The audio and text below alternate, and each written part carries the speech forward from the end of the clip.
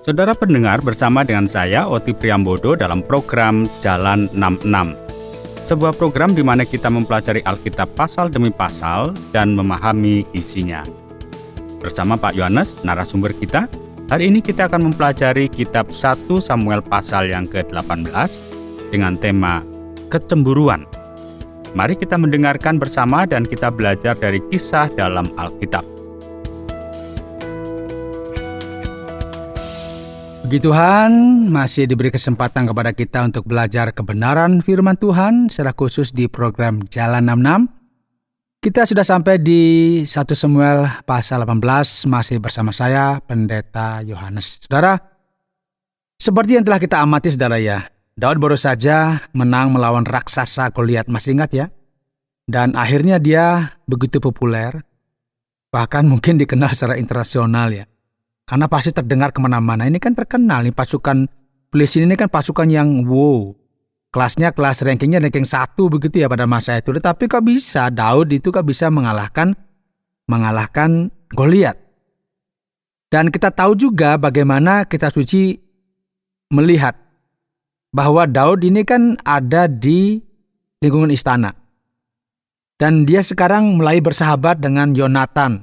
Itu kan anaknya Saul. Kita tahu juga bagaimana Saul dan Yonatan kan ya hubungannya nggak terlalu lah. Karena dia pernah ada masalah begitu ya. Ya karena Saul kadang-kadang ngomongnya mungkin nggak bisa dipegang begitu. Sehingga Yonatan kurang respect lah kepadanya. Nah, setelah yang dikasih oleh Tuhan, kita akan melihat di sini bagaimana pada akhirnya Saul kehilangan jabatannya dan ditolak oleh Tuhan. Kita akan beralih sekarang melihat Daud, saudara. Daud adalah pejuang yang luar biasa. Dia sangat terkenal dan dia adalah calon raja yang dipilih oleh Tuhan. Dan dia sudah diurapi oleh Samuel. Sekarang dia menjadi sahabatnya Yonatan. Yonatan siapa? Yonatan itu adalah anaknya Saul. Kita tahu bahwa persahabatan ini terus bertumbuh ya karena kan Daud ada di istana. Jadi Saul juga tetap menjaga Daud agar tetap dekat dengannya dan tidak izinkan pulang. Dan rupanya Yonatan dan Daud ini sudah mengikat perjanjian yang khusus begitu supaya mereka ini tetap menjadi sahabat. Jadi Yonatan menanggalkan jubahnya yang dipakainya dan memberikannya kepada Daud dan juga baju perangnya sampai pedangnya, panahnya, ikat pinggangnya. Ini persahabatan seperti apa? Tetapi karena tahulah pasti Yonatan ini Daud ini orang yang khusus begitu ya. Coba kita baca sekarang di pertama Samuel pasal 18 ayat yang kelima. Silakan dibuka Alkitab, saudara. Daud maju berperang dan selalu berhasil kemana juga Saul menyuruhnya. Sehingga Saul mengangkat dia mengepalai para prajurit. Naik pangkat. Dan hal ini dipandang baik oleh seluruh rakyat dan juga oleh pegawai-pegawai Saul. Saudara, dengan situasi ini kita melihat bahwa Daud pelan tapi pasti dia bertumbuh terus semakin terkenal dan tentunya ini mulai mengkikis saya katakan kewibawaan dari Saul. Karena apa? Karena Daud ini kok semakin terkenal, disuruh kemanapun pergi berperang dia selalu menang. Bahkan dikatakan Daud mengalahkan orang Filistin. Ini kan musuh bebuyutan kok bisa dikalahkan. Dikatakan keluarlah orang-orang perempuan dari segala kota Israel menyongsong Raja Saul sambil menyanyi dan menari-nari dengan memukul rebana dengan bersukaria dan dengan membunyikan gerincing. Ya ini pesta perayaan di jalan-jalan karena begitu selesai peperangan dan menang, Saul yang sebagai raja turun. Mulailah orang menyambut berpesta. Tapi yang aneh di sini kan ada nyanyian yang diberikan. Saul mengalahkan beribu-ribu musuh. Saul tepuk tangan. Puji Tuhan. Tetapi Daud berlasa-lasa. Kaget lagi dia. Jadi ini membuat apa? Saul marah. Dia berkata kepada Daud, diperhitungkan mereka berlaksa-laksa. Tetapi kepada aku, diperhitungkan beribu-ribu. Akhir-akhirnya jabatan raja itu pun jatuh kepadanya. Nah, mulailah si Saul takut, cemburu, dan sebagainya. Karena memang saya kan rajanya. Ya ini Daud kan anak buah saya. Kalau Daud menang itu ya kemenangan saya. Jadi ketika dibandingkan di sini, Saul sudah mulai nggak nyaman. Nah, ayat 9. Sejak hari itu maka Saul selalu mendengki Daud. Atau dia cemburu kepada Daud. Perhatikan saudara di sini. Seseorang yang tidak dipimpin oleh Tuhan, yang tidak bekerja sesuai dengan prinsip-prinsip Tuhan, ia memilih untuk apa? Menjauh dari Tuhan, membenci firman Tuhan, maka dia akan mulai dikuasai oleh perasaan-perasaan negatif. Perasaan-perasaan yang membuat dia tergoncang. Salah satunya apa? Kecemburuan.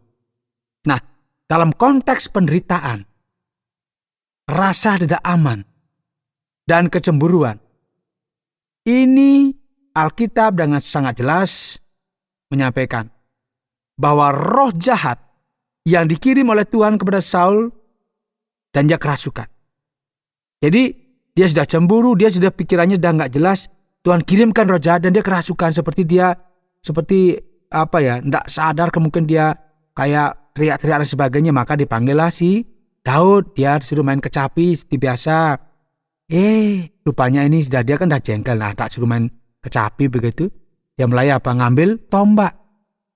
Kemudian dilempar ke arah Daud. Tapi Daud orang bilang bisa menghindar. Dan dia lolos 2 kali. Bayangkan tuh. Pertama gak kena, kedua juga gak kena. Tujuannya apa? Ya untuk membunuh Daud. Mengapa? Karena dia sudah membayangkan, nah ini jangan-jangan raja pindah ke dia ini. Raja sudah mulai puji-puji si Daud ini. Saudara, kecemburuan itu memang membunuh. Hati-hati kalau saudara cemburu. Kecemburuan bisa membunuh diri kita dan juga bisa menghancurkan orang lain. Dan ini terbukti pada Saul. Awalnya dia senang kepada Daud. Tapi ketika dia dilihat bahwa setiap dikirim selalu menang dan rakyat mulai menyanjung-nyanjung dia, melebihi Saul, dia mulai cemburu dan ingin membunuh Daud. Kita perhatikan ini secara mental di sini. Saul tidak hanya dikuasai oleh kecemburuan, tetapi dia juga takut kepada Daud. Kenapa? Karena memang Tuhan sudah meninggalkannya dan sekarang beralih menyertai Daud. Selain rasa cemburu yang mengendalikan hidup Saul, kini dia juga dikuasai oleh yang namanya ketidakstabilan pribadi. Dia sudah seperti bingung begitu ya, nggak jelas, nggak tenang, hidup nggak nyaman, penuh kecemasan. Mungkin pernah saudara merasakan begitu? Berarti saudara ada sesuatu dalam diri yang perlu diselesaikan. Dia takut kepada Daud. Wah, jangan-jangan saya digantikan. Ada kan begitu pemimpin ya. Begitu lihat anak buahnya menonjol, dia khawatir, jangan-jangan dia ambil alih jabatan saya. Dia mulai melakukan sesuatu untuk apa? Menyingkirkan. Ini yang dilakukan oleh Saul. Dia takut. Dia kalah popularitas dengan Daud. Kenapa? Daud semakin dikagumi. Makanya dia cemburu dan berniat apa? Bukan hanya menyingkirkan, tapi membunuh atau menghilangkan Daud selamanya. Ayat 17 berkatalah Saul kepada Daud, "Ini dia anakku perempuan yang tertua, Merab. Dia akan kuberikan kepadamu menjadi istrimu. Hanya jadilah bagiku seorang yang gagah perkasa dan lakulah perang Tuhan." Sebab pikir Saul, janganlah tanganku memukul dia, tetapi biarlah ia dipukul oleh tangan orang Filistin. Jadi saya tidak membunuh dia, tapi biar tak suruh perang aja. Jadi siapa tahu di peperangan dia mati. Kira-kira seperti itu. Tetapi Daud berkata kepada Saul, "Siapakah aku dan siapakah sanak saudaraku, kaum ayahku, di antara orang Israel sehingga aku menjadi menantu raja?" Tetapi ketika tiba waktunya untuk memberikan Merab anak Saul itu kepada Daud, maka anak perempuan itu diberikan kepada Adriel, orang Mehola, menjadi istrinya. Jadi dengan kata lain, ya Saul dikuasai oleh kecemburuan dan ketakutan. Saul gak stabil secara mental. Saul memiliki niat jahat dan gak jujur. Dan ia juga tidak menepati janjinya. Ayat 20, tetapi Mikal, anak perempuan Saul, jatuh cinta kepada Daud. Ketika hal itu diberitahukan kepada Saul, maka ia pun menyetujui.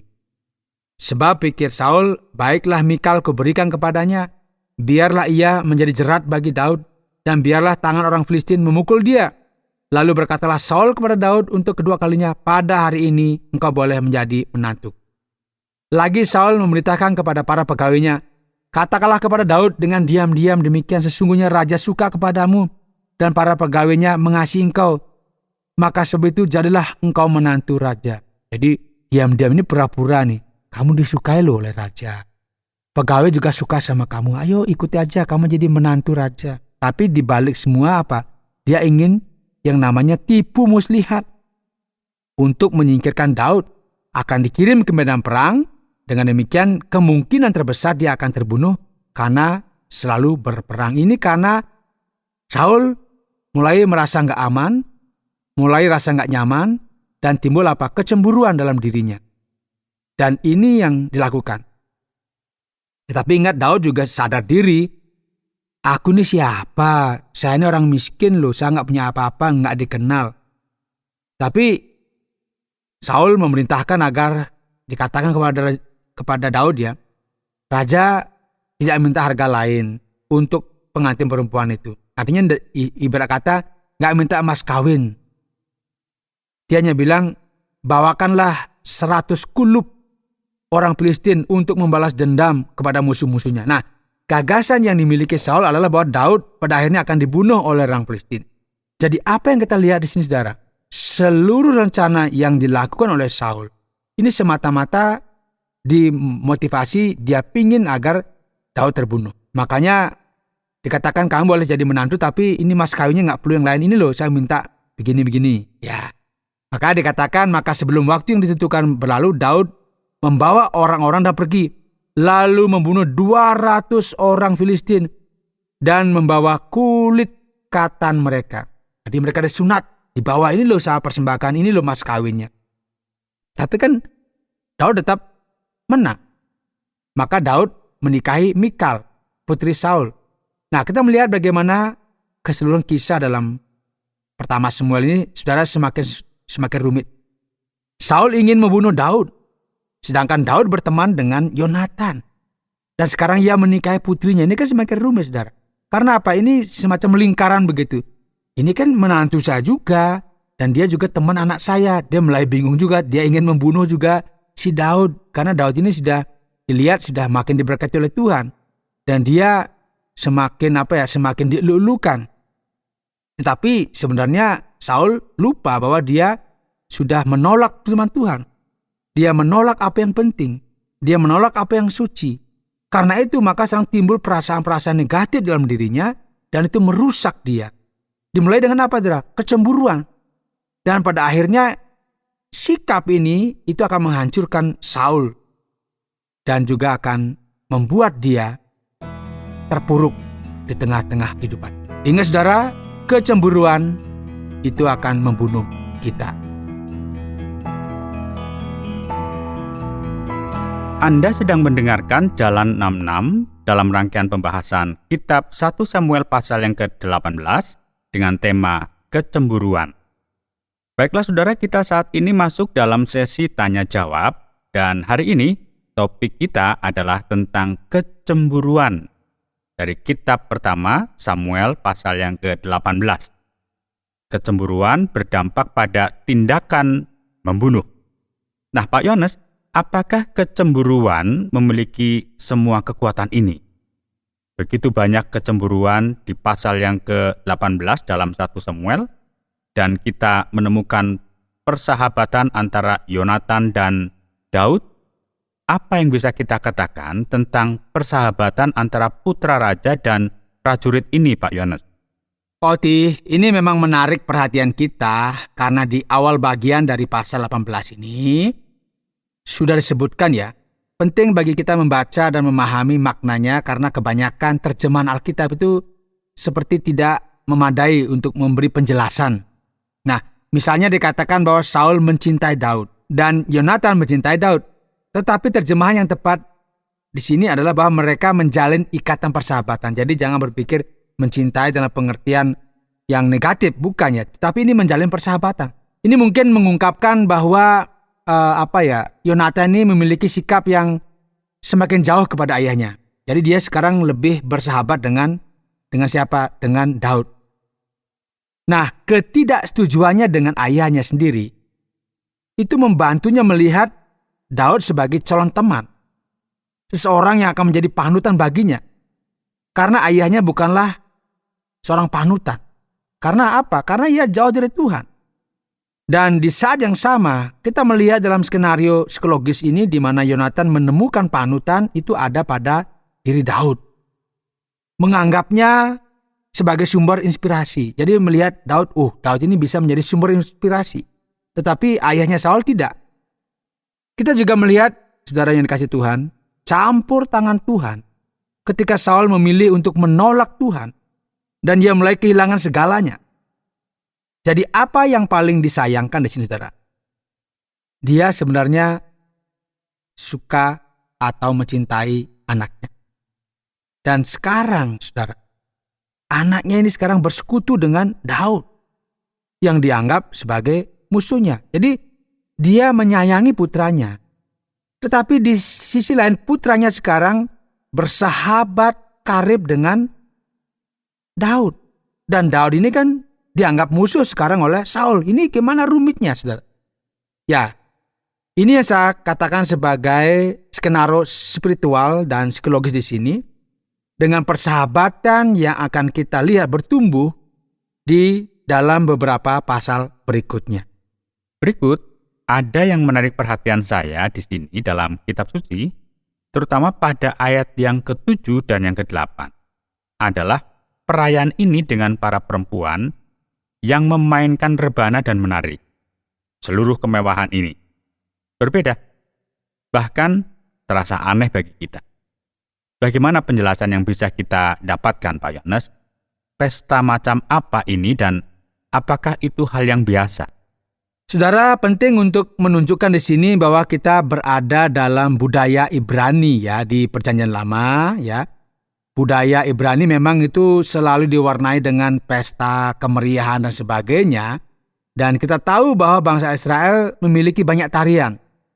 Dan tarian di Israel tidak memiliki konotasi nama seperti yang ada di tempat lain di mana orang menari dan ini dikaitkan dengan sensualitas. Tidak seperti itu. Tarian itu mengekspresikan kegembiraan. Dan di sini kita ada lihat rebana. Dan perayaannya benar-benar terasa. Jadi mereka sangat senang, bergembira. Kalau ada sesuatu mereka pesta. Jadi mereka berpesta karena merayakan kemenangan ketika mereka bisa mengalahkan Filistin. Nah, ini adalah bagian dari jiwa orang Yahudi, orang Ibrani. Dan kita tahu juga ya dalam tradisi Barat, dalam perayaan keagamaan, ya ini perayaan dilakukan dengan cara apa? Hikmat, tenang, diam. Nah, di antara orang Ibrani, perayaan-perayaan itu sangat hidup dan penuh dengan semangat. Dan hal ini tercermin dari apa yang kita lihat di bagian ini. Nah, beberapa orang bahkan mungkin berpikir, wah, bagaimana mungkin mereka mengadakan perayaan umum di bagian ini? Tetapi ini adalah sesuatu yang merupakan bagian dari skenario budaya yang ada saat itu dan yang perlu kita pahami. Artinya orang berpikir, kok bisa ya? Orang percaya kok seperti itu, kok menari-nari, senang gini. Ini bagaimana kok bisa seperti itu? Tetapi itulah budaya yang mereka miliki dan yang perlu kita pahami. Seperti sistem suara besar yang memanggil semua orang untuk berpesta. Ya betul. Cukup banyak ya. Baik Pak Yohanes. Berikut kita lihat pada ayat yang ke-10 dari pasal yang ke-18 ini agak membingungkan saya. Coba kita lihat ini. Beberapa terjemahan mengatakan Saul sedang mengigau. Sementara yang lain mengatakan dia sedang mengalami transprofetik. Ya, semacam itu. Mengapa terjemahan yang berbeda-beda di ayat ini berbeda? Pertanyaan ini Pak Oti cukup rumit kalau saya pikirkan. Ini kita harus memahami bahwa di bagian ini itu kita diberitahu roh jahat datang dengan paksa atas Saul, lalu kita menemukan bentuk kerja bernubuat dalam bahasa Ibrani di sini. Namun ini bukan nubuat biasa. Ini sesuatu yang jauh lebih intens ya. Gagasan tentang kemarahan yang meluap-luap ini mengalami yang disebut dengan krisis amarah. Cukup rumit karena penafsiran yang kita dapatkan di sini adalah bahwa sesuatu yang parah itu kita katakan sebagai gangguan psikologis sedang terjadi. Roh itu bertindak dan ia mengadakan pesta dansa. Dan setelah itu ketika Daud mulai memainkan kecapi, Saul melemparkan tombak ke arahnya. Jadi ini bukan alternatif terbaik. Ya, gagasan umum dari ungkapan ini seperti yang dapat kita lihat di sini adalah bahwa roh ini merasukinya dan ia memasuki semacam trans seperti bernubuat begitu ya. Menyampaikan sesuatu. Ia mengalami sesuatu yang boleh kita katakan kalau masa sekarang kerasukan roh di sini. Inilah yang terjadi dan hasilnya adalah apa yang kita baca selanjutnya. Jadi dalam skenario ini ya, meskipun gagasan harfiahnya adalah itu bernubuat secara terus-menerus, lebih tepat untuk mengatakan bahwa ia memasuki semacam kesurupan profetik ya, karena pengaruh spiritual yang berbahaya dan bermasalah yang sedang menimpanya. Inilah yang terjadi dan seharusnya membantu kita memahami semuanya dengan lebih baik lagi. Pak Yohanes, saya rasa hanya orang yang kacau seperti Saul yang bisa mengajukan tantangan aneh yang kita baca di ayat yang ke-27. Apa sih yang dia minta Daud lakukan? Lakukan ini kepada orang Filistin. Apakah ini semacam tradisi kuno untuk melakukan ini begitu? Mengirim seseorang dalam misi untuk membawa kembali daging manusia? Nah, ini memang ya terdengar aneh ya. Perang adalah aktivitas yang sangat maskulin. Para pria akan saling berhadapan. Jadi salah satu yang mewakili identitas maskulin secara fisik di sini dianggap sebagai apa? Unsurnya itu apa? Penaklukan. Ketika bisa menaklukkan, wow, maskulin banget. Ya, kira-kira seperti itu. Jadi yang disebut kulub di sini memang merupakan bagian yang mengidentifikasi maskulinitas lawan dan dipotong dan diambil. Tetapi alasannya adalah untuk apa? Membuktikan bahwa ia benar-benar memenangkan pertempuran. Bahwa ia telah memenangkan perang ini. Dan ini semua alasan yang sangat sederhana lah. Buktikan kalau menang bahwa itu kulit katanya. Tunjukkan 200 begitu, saya baru percaya. Ya, ini semua akan terdengar aneh bagi kita semua, agak lucu. Karena sulit bagi kita membayangkan membawa kembali misalnya telinga seseorang atau sepotong lengannya untuk membuktikan sesuatu. Jika Anda benar-benar memenangkan pertempuran dan membunuh orang-orang itu, Anda bisa membuktikannya dengan cara yang lebih konkret dan objektif. Ini adalah sesuatu yang aneh. Tetapi di dunia kuno, dunia perang, di dunia yang pada hakikatnya sedikit lebih brutal, semuanya bisa berjalan seperti yang kita baca. Jadi Saul akan menuntut sejumlah bukti. Hanya jika engkau membawakan kepadaku kulit katan orang Filistin. Dan Daud pergi ke sana dan menang dalam pertempuran, membawa pulang apa yang dituntut. Ya, ini memang aneh di telinga kita saat ini. Tetapi inilah budaya yang berlaku saat itu. Dan itu sudah berlaku begitu saja.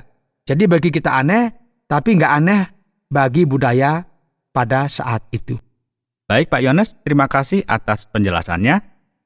Yang berikut bagaimana dengan kesimpulan akhirnya? Saudara yang dikasihi oleh Tuhan, hari ini dalam program Jalan 66, kita tentu saja sudah melihat dan kita tidak boleh iri ya pada Saul. Sama sekali tidak. Kita menemukan di sini dalam pasal 18 dari pertama Samuel bahwa iri hati memang mematikan. Jadi tidak boleh iri hati kepada orang iri begitu ya. Ini sungguh menyedihkan saudara, mengerikan. Dan menyedihkan melihat bagaimana pria ya dengan begitu banyak potensi, begitu banyak kapasitas, kemampuan seperti Saul membiarkan hidupnya berada di titik ini. Dan apa pelajaran yang berharga yang perlu kita ambil pada hari ini saudara? Yang perlu kita perhatikan dari peristiwa ini dan tentunya nanti kita terapkan dalam hidup kita sehari-hari agar kita menutup pintu bagi kejahatan. Jangan buka pintu sedikit pun. Termasuk kedengkian, kecemburuan, iri hati. Ini kan dibiarkan oleh Saul. Akibatnya apa? Dia semakin brutal, semakin menjadi-jadi. Harus ingat, tidak ada yang menghancurkan hidup kita yang dimulai dari hal yang besar. Pernah kaki kita kemasukan batu yang besar? Tidak, pasti kerikil yang kecil. Itu menyakitkan, kecil dia, tapi akan melukai kita.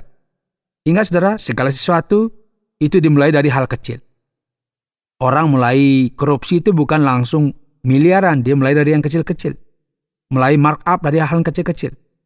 Terkadang juga saudara, ada kebiasaan-kebiasaan buruk yang kecil yang tidak kita sadari, itu pada akhirnya akan membuat kita rusak di masa yang akan datang. Dan tentunya ini sesuatu yang tidak boleh kita toleransi. Saudara, kita berbicara tentang bagaimana Saul tidak menganggap serius firman Tuhan. Saul tidak memperhatikan kesucian Allah. Dan hal itu berakibat pada dia menjadi cemburu yang hebat dalam hatinya. Kecemburuan itu mengakibatkan dia mulai memiliki rasa takut. Karena rasa takut maka dia memunculkan yang namanya tipu daya. Dan tipu daya muncul itu karena ada apa saudara? Ada kebencian. Ingat, semuanya akan berentet terus menerus. Dan ujung-ujungnya apa? Itu akan menghancurkan kehidupan kita secara pribadi. Oleh sebab itu saudara yang dikasihi oleh Tuhan yang setia mendengarkan program Jalan 66 ini. Jangan biarkan kejahatan menguasai hidupmu. Tutuplah pintu bagi kejahatan, sekecil apapun. Karena kejahatan itu dimulai dari hal-hal yang kecil. Bohong kecil-kecilan, nipu kecil-kecilan, nyuri kecil-kecilan. Akhirnya apa? Kita lama-kelamaan akan memiliki kebiasaan dan pada akhirnya kita lihat dalam diri Saul.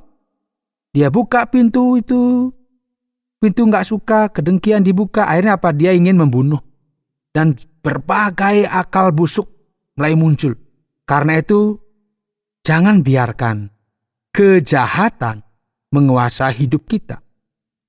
Tutuplah pintu Anda dari hal-hal yang jahat. Kiranya Tuhan memberi kita kekuatan untuk kita selalu menang dalam menghadapi banyak godaan di tengah-tengah hidup ini. Karena kita tahu Tuhan bersama dengan kita. Tuhan memberkati kita. Baik, terima kasih banyak Pak Yones. Saudara pendengar, karena waktu yang tidak memungkinkan, kita akhiri program Jalan 66 kali ini. Kami menantikan Anda untuk tetap mengikuti pelajaran berikut dalam lanjutan pembelajaran Alkitab yang memberikan pelajaran menyeluruh tentang firman Tuhan. Jika Anda memiliki pertanyaan atau berespon terhadap topik berhubungan dengan program ini, silakan menyampaikan melalui WhatsApp ke nomor 081 333 777 386. Terima kasih atas perhatian Anda.